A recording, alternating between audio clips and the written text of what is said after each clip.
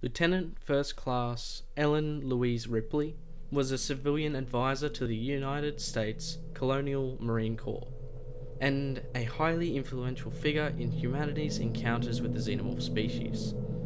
She had a very long and extensive lifetime, during which she was mother to Amanda Ripley McLaren, crew member of the USCSS Nostromo and its final survivor in the face of a hostile alien organism known as the Xenomorph, advisor to the United States Colonial Marines during an investigation of the loss of contact from Hadley's Hope colony, fighting scores of xenomorphs and their queen, and surviving against the creature once again after a crash landing on a prison planet known as Fury.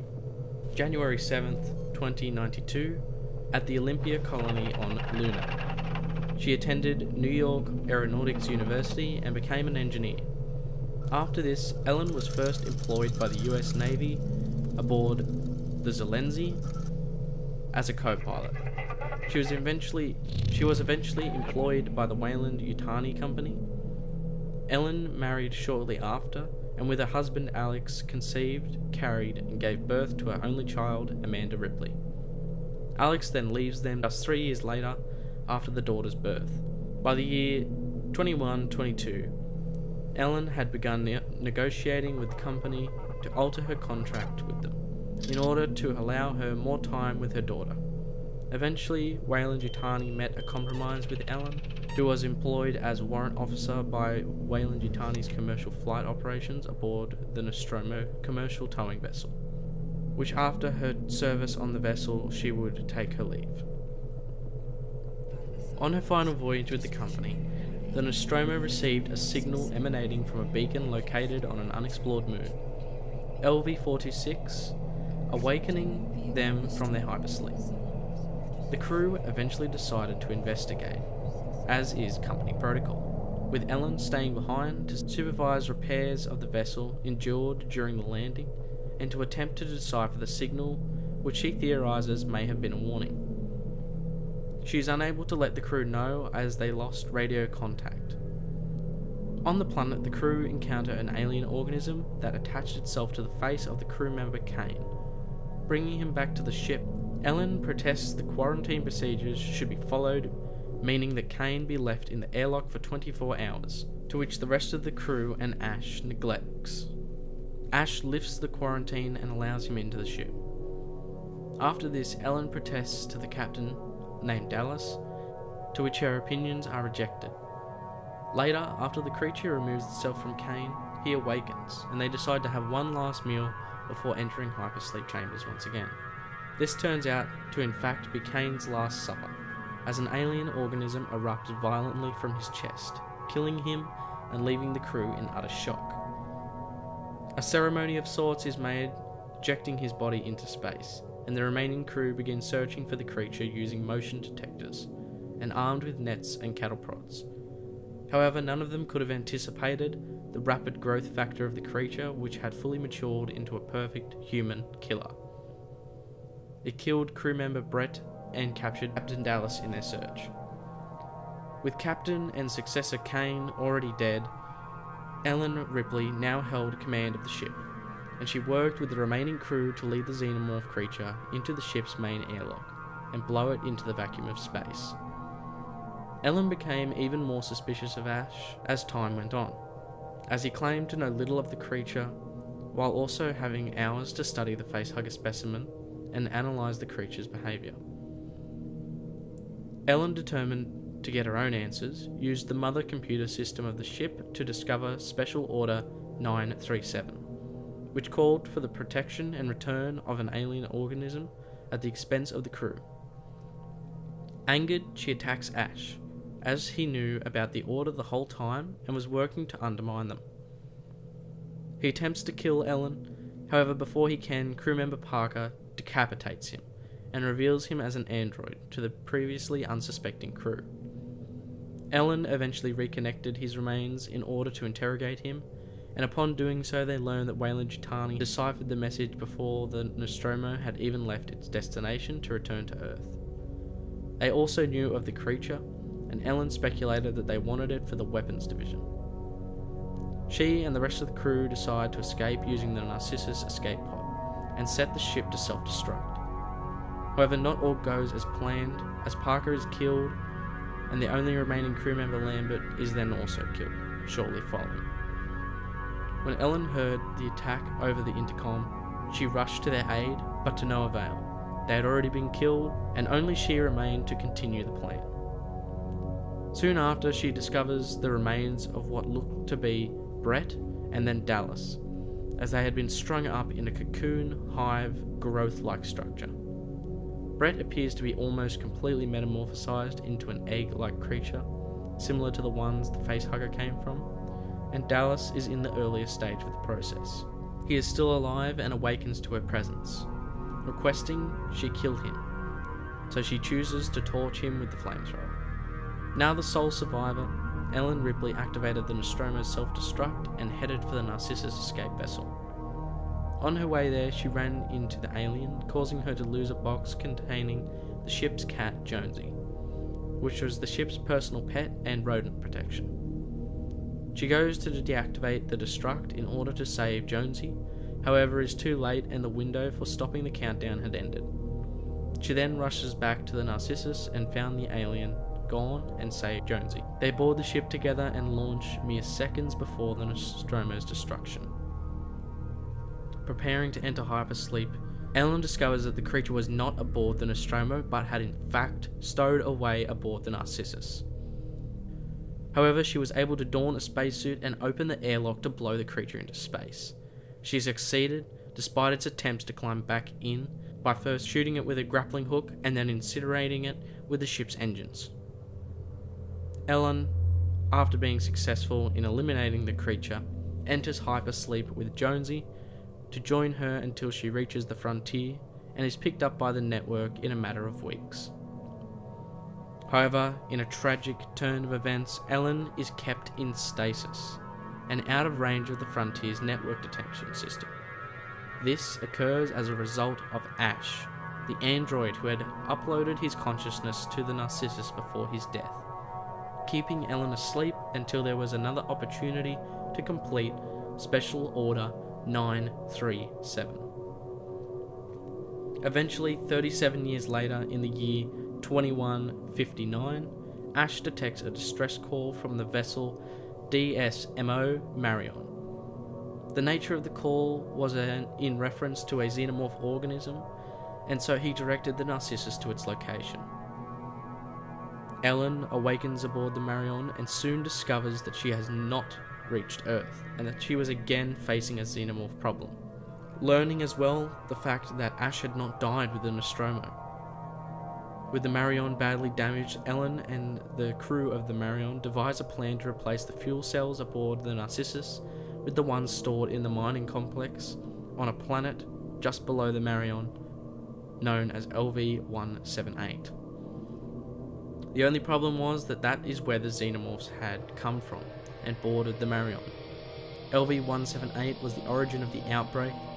The only way down was the craft Samson, sealed with Xenomorphs. Working together, they kill the aliens, with only one surviving. They take the Samson to the mining complex, and while moving into the complex, Ash attempts to halt their advance by sabotaging their elevator, sending them plummeting into the area where the Xenomorphs were first encountered. Ellen and the crew eventually crashed into a tunnel, leading them to a derelict spacecraft containing Xenomorph eggs. Ellen began to have horrific nightmares involving her daughter Amanda Ripley. After successfully eliminating the creatures by exploding fuel cells within the tunnels, Ellen was further injured in an attack by the remaining Xenomorphs aboard the Marion. After they returned with the fuel cells, the crew killed the creature. However, Ellen's both physical and mental conditions begin to worsen as her nightmares increase and her wounds cause her severe pain. A crew member places her within a med pod to heal her physical injuries, to which Ellen implores him to wipe her memory of the recent events, to which he complies. He places her in a coma and takes Ellen to the Narcissus, performing a purge of Ash from the ship's computer and sending Ellen Ripley on her long journey home. Ellen continued to drift through space for an additional 20 years. In the year 2179, a whole 57 years after the events aboard the Nostromo, she awakes within Gateway Station Medical Center. We discover that Ellen's mind wipe was successful. However, her knowledge of the events aboard the Nostromo caused her to again have nightmares. Shortly after awakening, she inquires about her daughter's whereabouts, to which Carter Burke, a Weyland-Yutani representative, informs her that she died while Ellen was in stasis. Ellen was then held responsible and had to explain the events aboard the Nostromo to the Board of Inquiries of the company. Her explanations met with skepticism, and they concluded she be stripped of her rank and license. After this, the company lost contact with the Hadley's Hope colony on the moon LV-426, causing them to reassess Ellen's claims of the Xenomorph's creature's existence. Ellen at the time had returned to Earth and secured employment as a dockyard power loader operator. And shortly after the loss of contact with Hadley's Hope, the company sent Carter Burke and Lieutenant Gorman of the Colonial Marines to convince her to tag along as an advisor, to which she refused. However, in the coming days, her nightmares continued, and so decided to take out their source, the fear of the Xenomorph's return.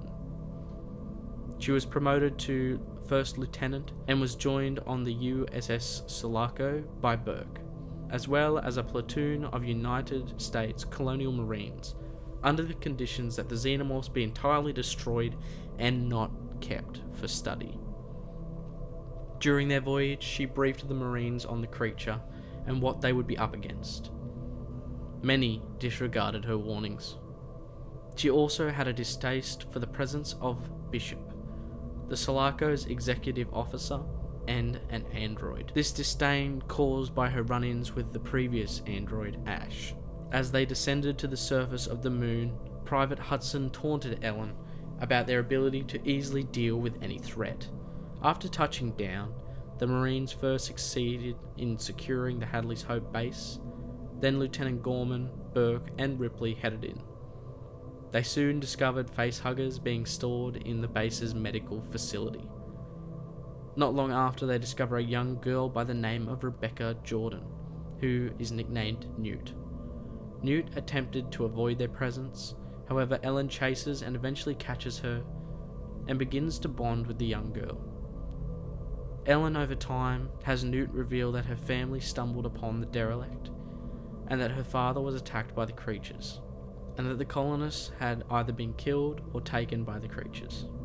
Later, while the Colonial Marines traverse the atmospheric processing plant not far from the base, they discover the colonists' PTDs, personal tracking devices, were all inside the atmospheric processing plant. After a short search, the Marines find them dead and cocooned with only one single survivor. Ellen watched in horror as the woman cocooned began to convulse and fall victim to the Chestburster alien. After this, the Marines were besieged by the Xenomorphs, that had now grown in significant numbers. As Gorman froze at the chaos he was seeing, Ellen commandeered the APC, driving it into the hive and rescuing the Marines. Successful, she drove as far away from the hive as possible until the APC had wrecked. By this point, many of the Marines had already been killed. Private Vasquez wished to return to the hive to retrieve any survivors, but Ellen protests, stating that they would already be being cocooned for impregnation. Ellen suggested a nuclear strike on the area from outer space after their escape to the Sulaco, followed by Burke protesting how much money the colony had cost and the potential the Xenomorph held for scientific study. However, Corporal Hicks was now the ranking military officer, and ordered for the evacuation and bombing of the moon. As the dropship comes to pick them up, it is realised that a Xenomorph was aboard and killed the pilot, crashing the ship and destroying their chances of escape. The group make their way back to the base and begin sealing entrances and await rescue. Ellen is given a tracker bracelet, just as a precaution, by Hicks. She puts Newt to bed and learns from Bishop that Burke wished to take a live facehugger back to Earth for further study. She checked the colony logs and discovered the colony had received orders to check out the coordinates of the derelict vessel her crew had discovered 57 years prior. The order had come from Burke himself, after he deducted its monetary value from Ellen's reports at Gateway Station. Ellen confronted Burke about this, stating that he would be brought to justice when they returned to Earth. After the creatures began to overrun the defences and the discovery that the atmospheric processor was going to explode as the result of damage endured during the battle between Xenomorphs and Colonial Marines, Ellen and the others agreed that retrieving the second dropship aboard the Sulaco was their only remaining option. However, Bishop needed to reach the colony transmission array due to the Marines' one being destroyed. Not long after the Xenomorphs moved to the final sentry position, they were repelled for a time, but left the guns basically empty. Ellen and Hicks began to bond as he instructs Ellen on how to use an M4-1A pulse rifle. Ellen retired to the med lab for some well-deserved rest when Newt lay asleep. She wakes upon Ellen's return, and Ellen gives her the tracker bracelet. They talk briefly before falling asleep, however their slumber is cut short when Ellen wakes and discovers to her horror 2 facehuggers had been set loose in the room with them, and the room had been sealed shut, with the weapons in the room taken. She set the fire alarm to attract the attention of the Marines, but was attacked by the facehugger. It began to strangle her, but the Marines arrived just in time to stop and kill both creatures, which Ellen wasted in no time in informing them of Burke's action and that Burke was most likely responsible for this. They confront him, with Ellen stating that he wished for her and Newt to be impregnated as to have them frozen, sabotage the Marines' cryopods, and then return them to Earth where they could have the Xenomorph specimen for study. Hicks, infuriated, wished to kill Burke, but Ellen suggested they allow him to face justice for his actions.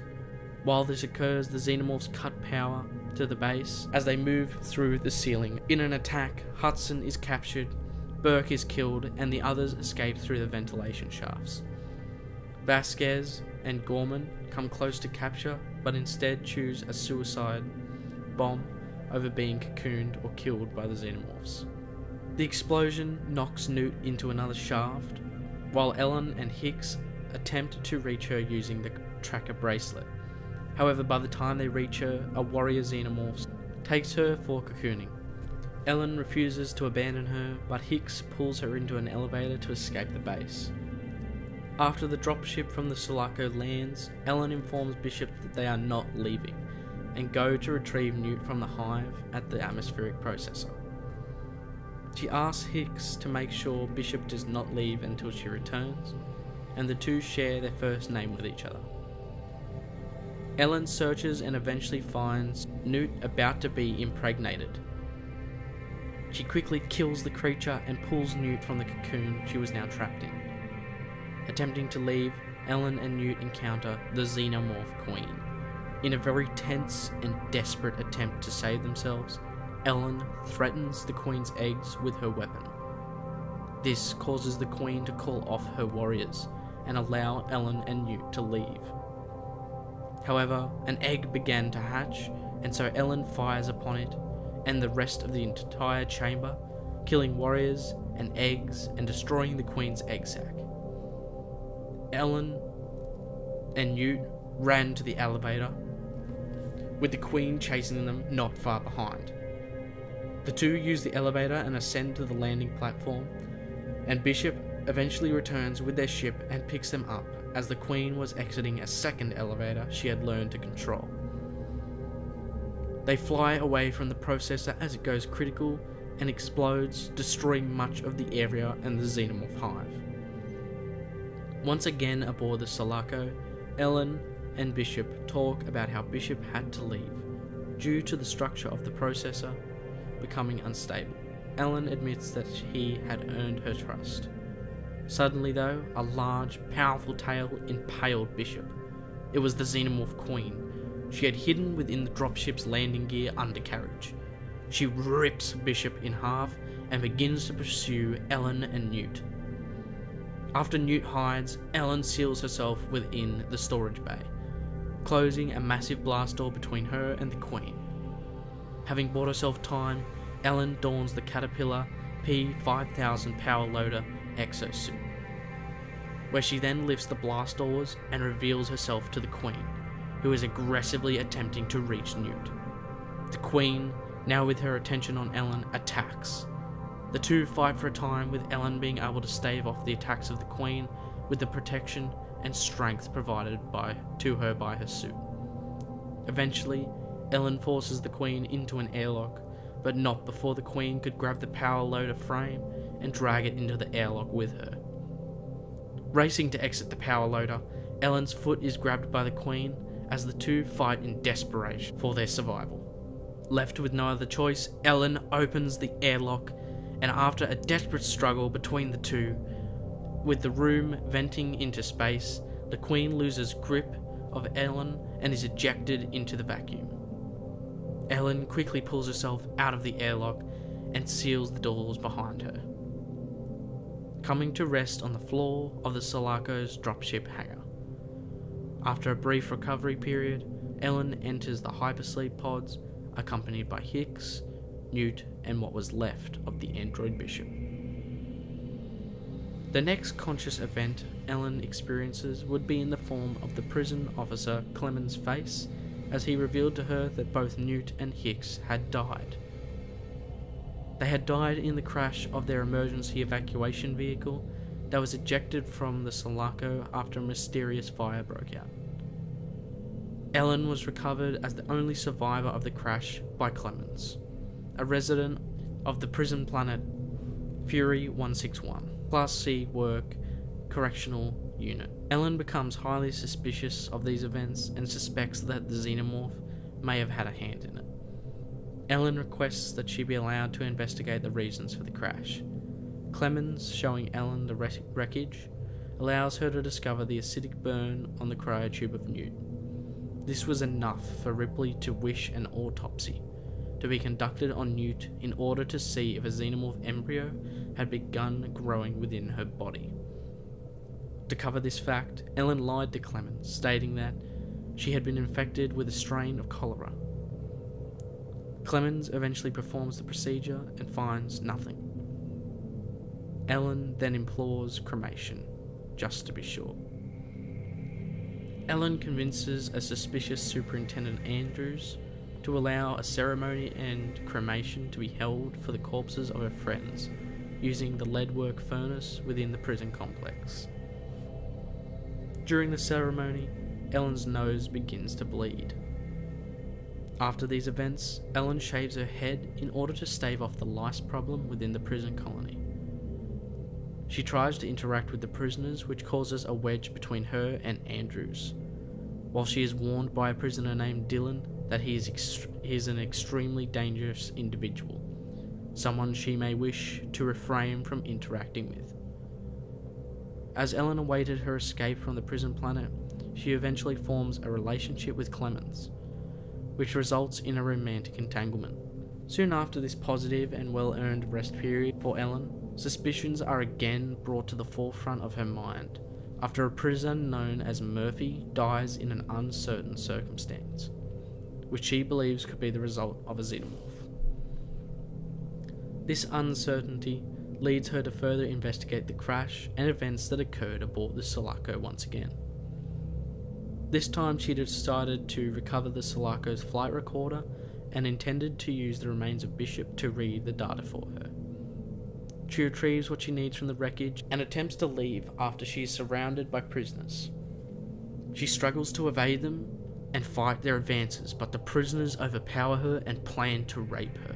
However, at the 11th hour of helpless Ripley, Dylan swoops in and saves Ellen by attacking and overcoming the prisoners, informing her to leave and that he will deal with them. After a very brief recovery period, Ellen is able to begin obtaining information from the data unit from the EEV, and with Bishop's help was able to prove the existence of a Xenomorph, and after permanently disabling Bishop by his own request, she viewed the deranged prisoner Golic as he be brought to the infirmary. Golic claims to have witnessed a dragon kill 2 of his fellow prisoners. Ellen was now determined to prove its presence and meets with Andrews to convince him. However, he refuses to believe her and instead orders her to remain within the infirmary until Weyland-Yutani rescues her. She arrives at the infirmary and talks with Clemens about why he is in prison, and he reveals that he was responsible for the deaths of many due to incompetence in his profession as a doctor and his addiction of morphine. Despite this, Ellen allows him to give her a shot. In a sudden turn of events, the Xenomorph emerges from the ceiling vent and kills Clemens. It turns to make short work of Ripley next. However, the creature halts its attack, and then retreats with Clemens' body to the ceiling once again, leaving Ellen unscathed. Ellen runs to inform the others, who at the time were receiving an update of the current situation by Andrews, who draws the attention of the Xenomorph, which comes down from the ceiling, killing him, once again retreating with another body to the ceiling, in front of the entire prison population and Ellen herself, proving her correct. Second-in-command Aaron and the other prisoners quickly turn to Ripley for guidance, as they now know that she has dealt with this situation before. Working together, the band of misfits plan to trap the creature in the nuclear waste containment tank by lighting fires through the vents, leading it into a trap. However, the Xenomorph struck prematurely and set the trap off, killing numerous inmates in the process, but inevitably resulted in the creature's capture within the tank. Ellen, after this, begins to suffer more and more with worrying symptoms. Aaron conducts a scan of her, which to her absolute horror reveals she's carrying not only a Xenomorph embryo, but a queen at that. After this revelation, Ellen attempted to let the Xenomorph kill her. However, it refused. It could not kill its new queen's host before she was ready to emerge. Broken and out of options, she wished for prisoner Dylan to kill her, stating she was unable to do it herself. As a result of surviving at all costs for so long, Ellen had become too much of a survivor. To Ellen's shock, Dylan refuses, knowing she was the only hope for defeating the creature, and agreed to follow through, but only after the creature's demise. It is soon revealed that Golic has released the creature, and in a desperate plan, the remaining survivors band together with the exception of Aaron, to be used as bait to lure the creature in corridors they could seal until they eventually reached the lead furnace, where it would be destroyed in the molten metal. The plan gets many more killed, and Ellen, Dylan, and Morse remain. Dylan sacrifices himself to allow Morse to pour the lead onto the creature. Despite this, the creature survived and leaped from the mold, attempting to kill the remaining survivors. Ellen is able to counter the steaming red-hot creature with cold water from the sprinklers, causing a massive thermal shock to the Xenomorph exoskeleton, destroying it. However, Ellen had lost Dylan, and her chance to have a quick death was quickly extinguished with the arrival of Michael Bishop, Weyland-Yutani scientist, and a legion of Weyland-Yutani commandos. They turn their attention to her in order to retrieve the queen from within her. Michael attempts to convince Ellen that aboard their ship they could safely remove the Chestburster. They would kill it and then allow her the rest of her life. She contemplated the offer, longing for a life that the alien species took away from her long ago. Ellen saw through these grabs at her though, and with Morse's assistance positioned herself over the furnace. And while Michael Bishop pleaded for the Xenomorph specimen the company had longed for so long, an endeavour that cost Ripley her family, her crew, an entire platoon of Marines, her new friends in Newt and Hicks, and everyone bar Morse and herself, she remembered their motives. and that her decision would either give purpose to her death or in vain the rest of them.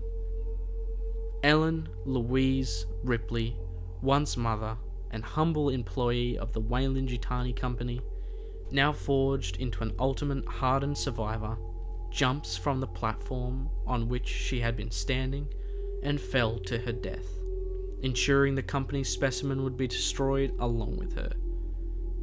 Ellen Ripley was subjected to some of the most horrific events imaginable throughout her life. Following her time as crew member aboard the Nostromo, each event shaped her in a unique way, but all made her a determined survivor that was willing to do what she must to stop the xenomorph creature from reaching her world. Ellen's view on the world around her and the way she conducted herself within it was greatly altered by things such as the xenomorph encounter that seeded fear and depression within her, the betrayal of Ash, which spawned deep hatred for androids, meeting Newt and being able to, in a way, have her daughter again, her interactions with Bishop that led her to again trust a synthetic, and finally the events of Fury, which broke Ellen once again and tested the lengths she was willing to go to. Ultimately, she had a choice to make, for either surviving the xenomorphs or taking them down with her. And the sacrifice she made on behalf of the entire human race ensured the continued survival of her species and the downfall of another. So what do you guys think of Ellen Ripley? Is she your favourite character? Do you have anything you would like to talk about regarding Ripley? If so, catch me in the comment sections. If you'd like to stay up to date with what's going on here on the channel, you can subscribe, follow me on Twitter, or join the Patreon page and Discord. And that's basically it for this video, guys, so I'll talk to you guys in the next one. Peace.